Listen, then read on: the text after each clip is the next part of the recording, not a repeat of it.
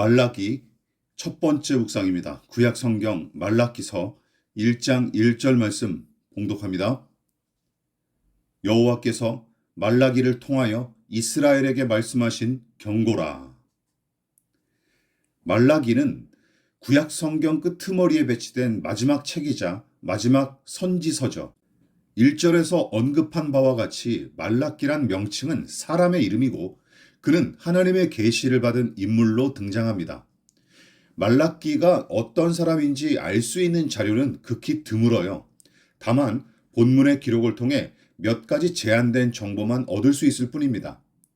학개와 스가랴 선지자가 활약했던 시기에 큰 화제거리였던 제2성전 재건 공사는 제물과 제사에 관한 기록으로 보아 이미 말라기 시대에는 마무리된 것으로 보이고, 또한 페르시아 총독이 예루살렘을 통치할 때라는 정황을 고려하면 말라기 선지자는 주전 450년에서 400년 사이에 혹은 435년에서 424년에 유다에서 활약한 선지자였던 것으로 추정을 합니다.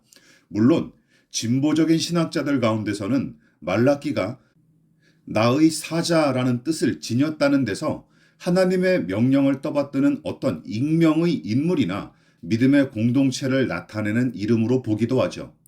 그러나 전통적인 견해로는 본문에 나온 대로 구약시대의 마지막 선지자인 말라기로 봅니다. 말라기서 역시 다른 선지서와 마찬가지로 하나님의 계시를 받았다는 내용으로 출발을 하죠. 본문은 단도직입적으로 이 기록이 여호와께서 말라기를 통하여 이스라엘에게 말씀하신 경고라고 소개합니다.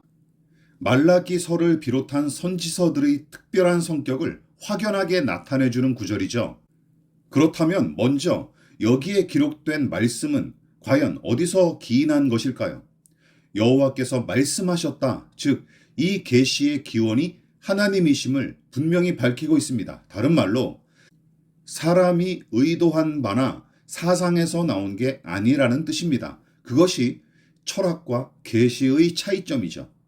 사람의 연륜과 지혜를 통해 세운 사상과 철학과는 달리 계시는 그것을 받은 사람이 원하거나 의도해서 혹은 궁리하고 노력하여 얻은 것이 아닙니다. 알지 못하고 생각하지 못했던 것에 관해 들었을 뿐이죠. 그리고 그것이 말라기와 같은 인물을 선지자로서 세우는 유일무이한 조건이에요.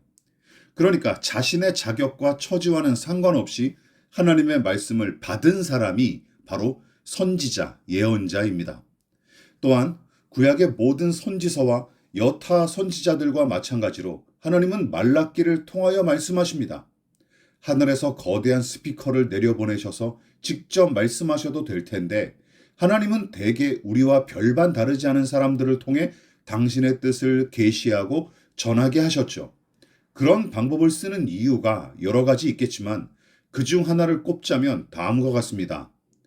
그 방법이 가장 인격적이기 때문이죠. 다시 말해 듣는 사람들의 자발적인 선택과 의지를 온전히 이끌어낼 수 있는 방법이기 때문입니다. 하나님은 당신의 크기로 우리를 짓눌러 협박하거나 극치에 선한 것으로 우리를 매수하는 분이 아니십니다. 직접 나타나 말씀하시면 가장 빨리 그리고 더 많이 그분께 조아릴 수는 있겠지만 그분을 사랑하고 의지하게끔 만들기는 어렵습니다. 우리는 그런 방법을 가리켜 협박이나 매수라고 부르죠. 구약시대의 마지막 무대에서 듣보잡 같은 말라기와 같은 인물을 구약시대의 마지막 무대에 세우신 이유도 바로 거기에 있습니다.